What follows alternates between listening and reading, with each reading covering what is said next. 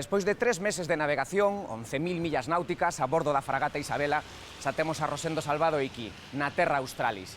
Xa podo ver a ese grupo de futuros peregrinos e misioneiros camiñando por estas rúas de Fremantle.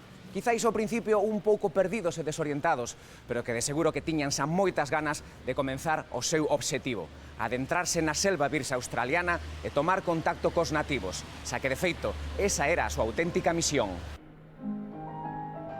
Cando chegou Salvado, Fremantle era o embarcadoiro de Perth, a sede do obispo. Perth é agora a capital de Australia Occidental, unha cidade moderna e bulliciosa, acolledora, con máis de 2 millóns de habitantes. O porto de Fremantle está situado estratexicamente no estuario do río Swan, o río do Cisne. No seu recordo, a estatua de Rosendo Salvado en Tui está rodeado por auga, cisnes e nenos aborixes. Fremantle conserva un encanto colonial e vintas, como un poboado do oeste polo que pasou a febre do ouro. Este é o penal onde a metrópoli enviaba a centos de convictos a facer traballos forzados, o primeiro deles construir o propio edificio do cárcere.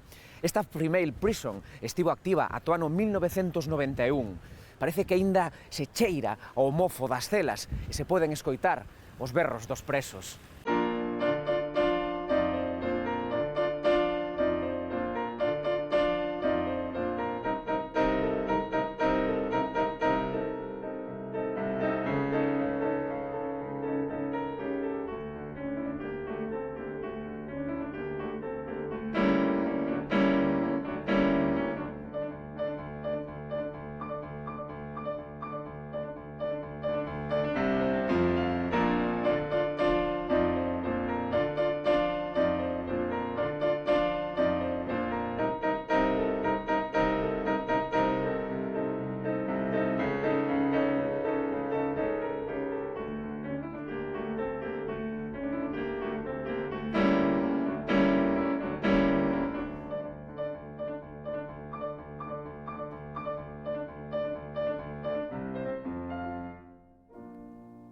Rosendo Salvado, capítulo 2, un galego global en terra de canguros, a fundación de Nova Nursia.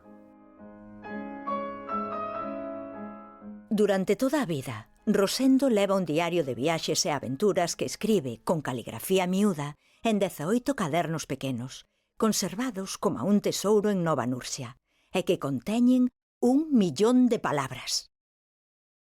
18 cadernos manuscritos en castelán, pero tamén en latín, italiano, inglés e algunha vez en galego, que nos acompañarán nesta viaxe.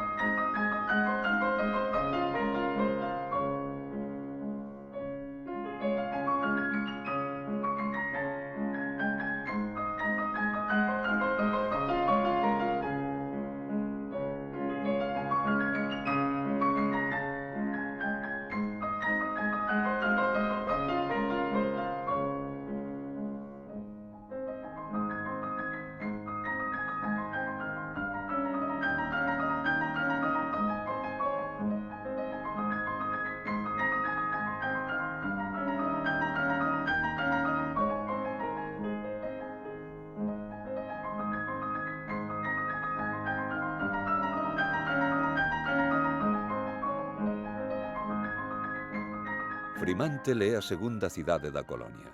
Dista de Perth unhas 9 millas ao oeste. Edificada á beira do mar e na embocadura do río Swan, ten unha baía moi segura durante o verán. Vimos esparexidos pola area da praia moitos restos de buques naufragados. Todo o que se presenta ante os seus ollos abraia a Rosendo. Desde Fremantle remontan o río Swan cantándolle á Virxe nunha navegación máis que divertida. Conta. Ven eucaliptos maxestosos, árbores espesas, arbustos carbonizados e milleiros de pelícanos inmóviles. Ao chegaren a Perth, entran en procesión cantando o Te Deum.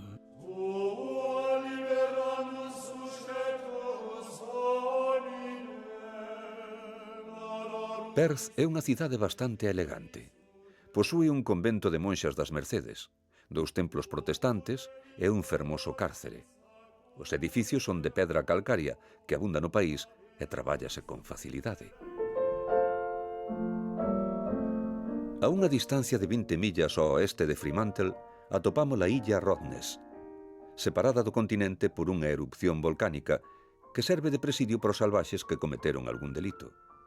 Nela abundan o sal e os coellos, os cales foron traídos alí polos europeos. Un mes despois de chegar, o bispo de Perth, Brady, forma 3 compañías de misioneiros para adentrarse na selva e convivir cos aborixes. Norte, sur e centro. Encomenda a Serra, Salvado, Leandro Fontaine e Juan Gorman a misión do centro, a única que triunfa, pois as outras 2 fracasarán.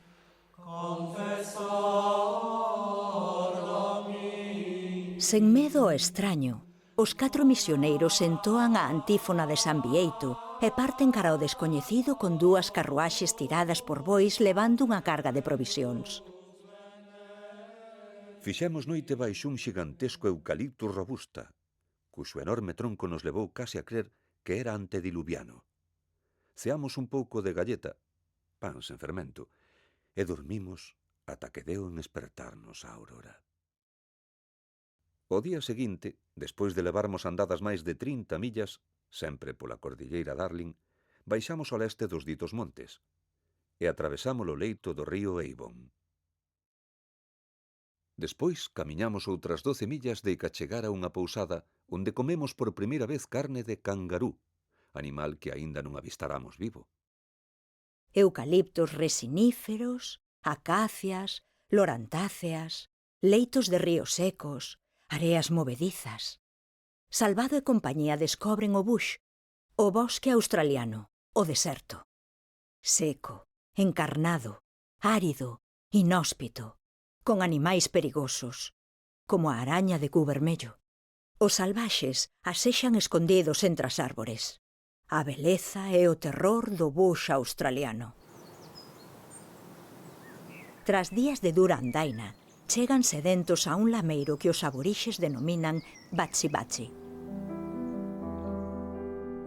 Pouco a pouco os misioneiros gañan a confianza dos nativos, que non rexeitan probar o pan e o azucre, e comparten cos forasteiros raíces, lagartos, vermes e outros manxares propios do bush. Para se entender cos aborixes, Rosendo memoriza cada palabra que escoita e elabora o primeiro dicionario aborixe español, que anos despois publica no seu libro de memorias. A primeira palabra que aprende é maraña, comida, cando 2 nativos lle piden un anaco de pan, que Rosendo comparte con eles. Entre os nenos en particular, vin algúns de 6 ou 7 anos que pola fermosura e pola elegancia das súas formas superarían quizáis a mellor obra de escultura grega. De xeito que o carácter físico dos australianos foi vilmente calumniado e descrito moi ao revés do que é en realidade. Os aborixes son músicos por natureza, porque expresaban a todos os seus sentimentos, as súas tristezas, as súas alegrías a través da música, non somente cantando, tamén danzando, acompañándose cos boomerangs, cos palos, coas súas ferramentas, porque a música era o mellor método de expresión da súa vida, do que eles sentían. Por iso, Rosendo Salvado deuse conta cando chegou a Nova Nursia e considerou a música como unha ferramenta de educación, unha ferramenta para poder comunicarse con eles. Así que formou unha orquesta de cordas e despois unha banda de cobres coa que integrou a todos os aborixes e ademais podemos decir que foi a primeira orquesta de 100%, ¿no? de aborixes onde tocaban todos xuntos, onde se integraban e onde pois, a cohesión social sempre estaba moi presente. So Salvado recognized that music was such an important part of the musical culture of the life of the Aboriginal people, and he used this music to communicate with them. He made the first ever transcription of Indigenous music into Western notation. He also established a string orchestra and a brass band performed completely by the Aboriginal children. And this was, he was unique to do this because most of the missionaries who came to Australia didn't believe that the Aboriginal people had this capacity but he recognised their great talent and intelligence, particularly their affinity to music, and he taught them to a very high level. And when these Aboriginal orchestras played for the settlers here, people were absolutely amazed that he'd managed to do this. And it was a great bond between Salvado and the indigenous culture. Tamén tivo outras pezas que lle acompañaron ao longo da súa vida, como é, por exemplo, o Maquialó, que é unha peza, unha transcripción de unha danza aborixen que se chama Maquialó, que creemos que a súa traducción é Luna no ceo, que os aborixes solían tocar alrededor do fogo en diferentes danzas que facían en momentos de ceremonia. A min gustaríame moitísimo, Robert, de escoitar o Maquialó no piano. Se podes tocar para nós o Maquialó. Sí.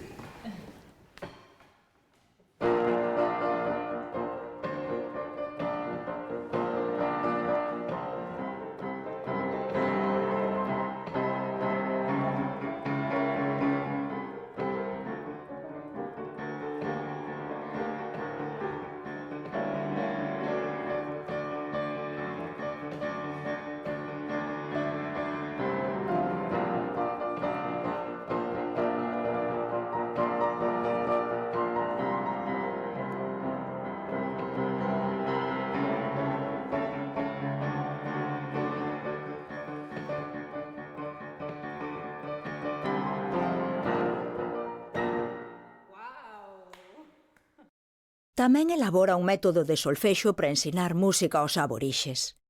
Integra por primeira vez mulleres e nenas nos cantos litúrxicos e, co tempo, trae instrumentos desde Europa e crea unha banda de cobres. Celebramos nestes días as devocións de maio, pero sen flores no altar porque non se dan aquí nestas datas. As nenas nativas cantan un himno, e é un prazer escoitalas. Os europeos non podían creer que fosen nativos os que cantaban, e producíame enorme satisfacción causar a mesma impresión en moitos visitantes.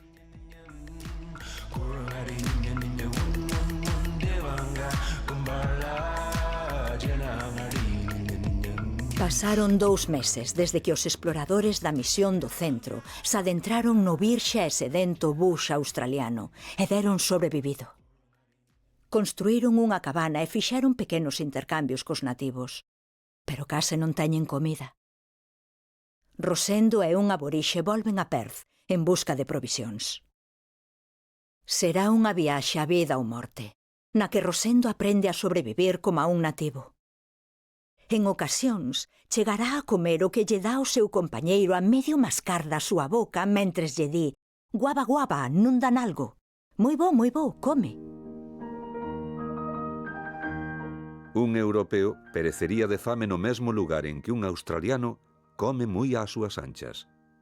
Moitísimas son as viandas das que se alimenta, e pode dicirse que en todas as partes atopa caza, raíces ou bulbos de plantas alimenticias. Ao principio de atopármonos na misión, como íamos enteiramente rasurados, os salvaxes non nos tiñan nada de respecto, e tomábannos por mulleres, polo que tivemos que deixar crecer toda a barba, como a eles.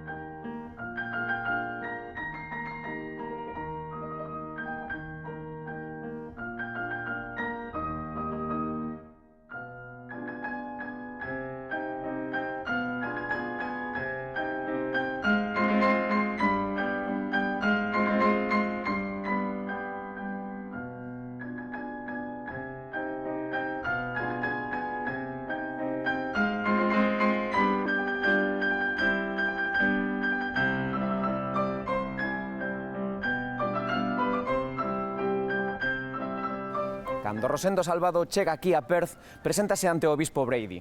vai descalzo, tapado con peles de canguros, atadas cos intestinos dos propios animais. Pero Brady non se conmove o máis mínimo, non lle presta axuda a Rosendo, todo o contrario, dille que abandone a misión, que retorne aquí a Perth, onde nunca lle faltará un mendrugo de pan que levará á boca. Pero Rosendo ten clara a súa determinación, e unha catarse máxica pon o destino da súa parte. Ao músico descalzo ocórreselle ofrecer unha academia de piano, un concerto para os colonos da cidade, e consegue que o gobernador Clark lle ceda a gran sala do tribunal. Presenteime ante un respectable e numeroso auditorio vestido cos meus acostumados hábitos monásticos.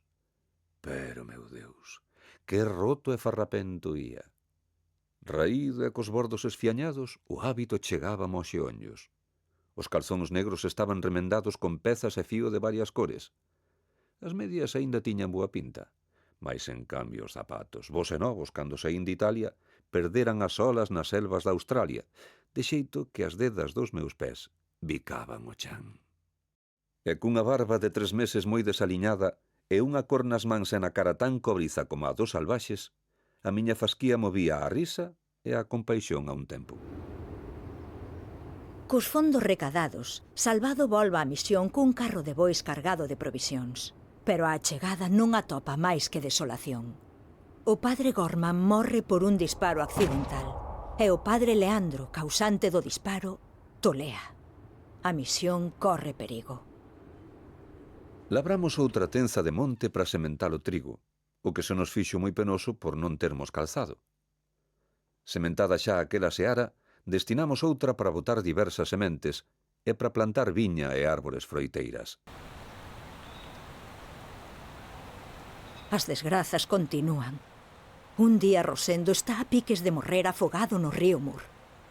Outro día, ao vadear o río Avon, a forza da auga arrastra o carro cos bois xunguidos. Os cans devoran o breviario. Un criado destrue as plantacións. Rosendo e Serra non se renden. Sementan, segan, plantan, apañan. Abren un camiño para chegar a Perth en 3 días. E aprenden a beber auga nas rochas e troncos baleiros. Auga que o servente extrae coa boca. Vigliagoro atopou auga nunha gran rocha, sendo moi difícil recollela. E non podendo facelo doutro modo, dime que tivo que sacala a sorbos coa boca. Coa boca, repuxen eu. Sí, é logo como quería que fixese. Home, polo menos puideches dicirmo antes. Se cadra así, pero daquela vostede nin bebería o té, nin comería o bolo de pan.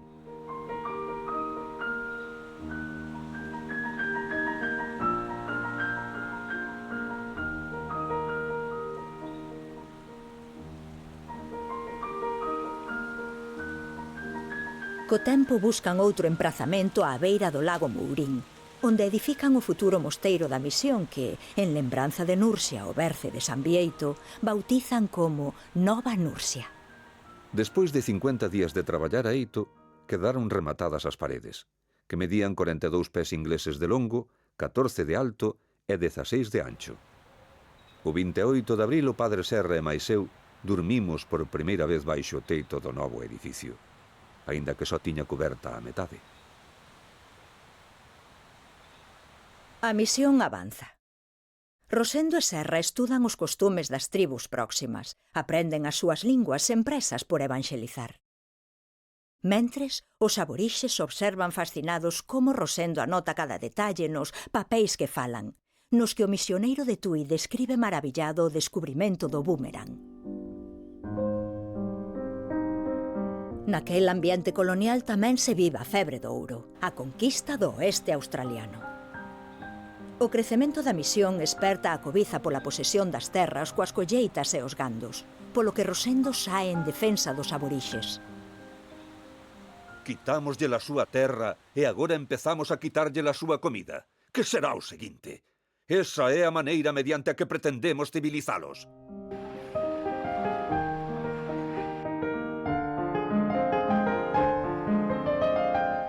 Para defender a misión e buscar novos recursos, Rosendo decide viaxar a Europa.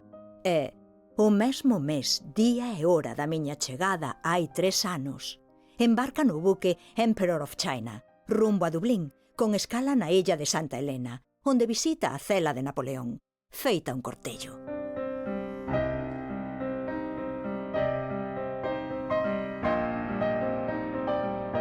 Chega a Swansea, en Gales, o 17 de abril, tras 109 días de navegación.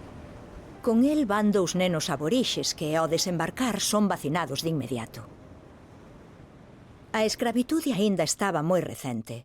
Era frecuente negar o evolucionismo de Darwin e ridiculizar os indíxenas considerados sen alma.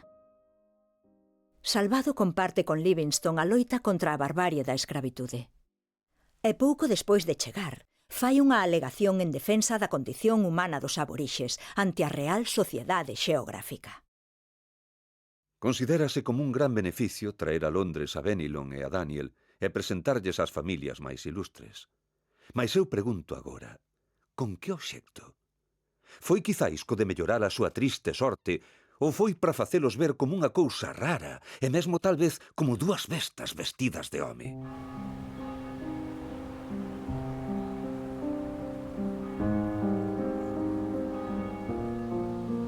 En setembro de 1852 visita Tui, onde o ilustre bispo é recibido con toque de reloxo e repenique de campás. O día 8 celebra misa de pontifical no altar maior da catedral. E, antes de botarse á vela, abraza unha velliña, súa nai, por última vez. E el, que era un gran músico, pois transcribiu e puxolle música, transcribiu esa peza que eles cantaban, que se puñía en movimento e andaban ao ritmo desa peza, non? E puxolle música, e eles chamaban o maquieló, o himno esta danza dos aboríxenes. Total, que el mandoulle, eu creo que fora a un sobrillo, mandoulle transcrito o maquieló, mandoulle por carta, non? E entón, cando veu por primeira vez a Tui, resulta que ese maquieló foi a parar a banda de música que había aquí de Tui, xa había antigua, era música aquí, e prepararon, e recibiron a él tocando o maquieló. Esa é unha cousa moi singular que aí emocionou naturalmente.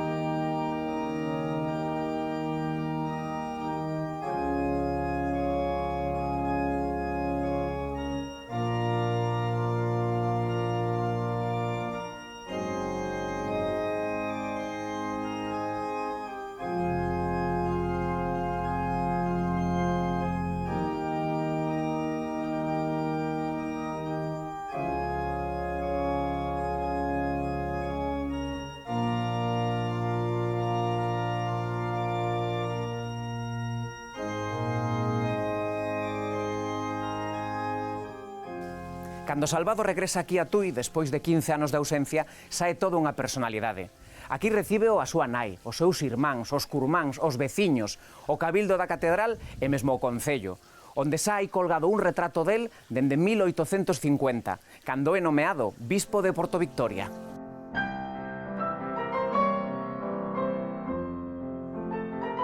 Logo ocorre un milagre.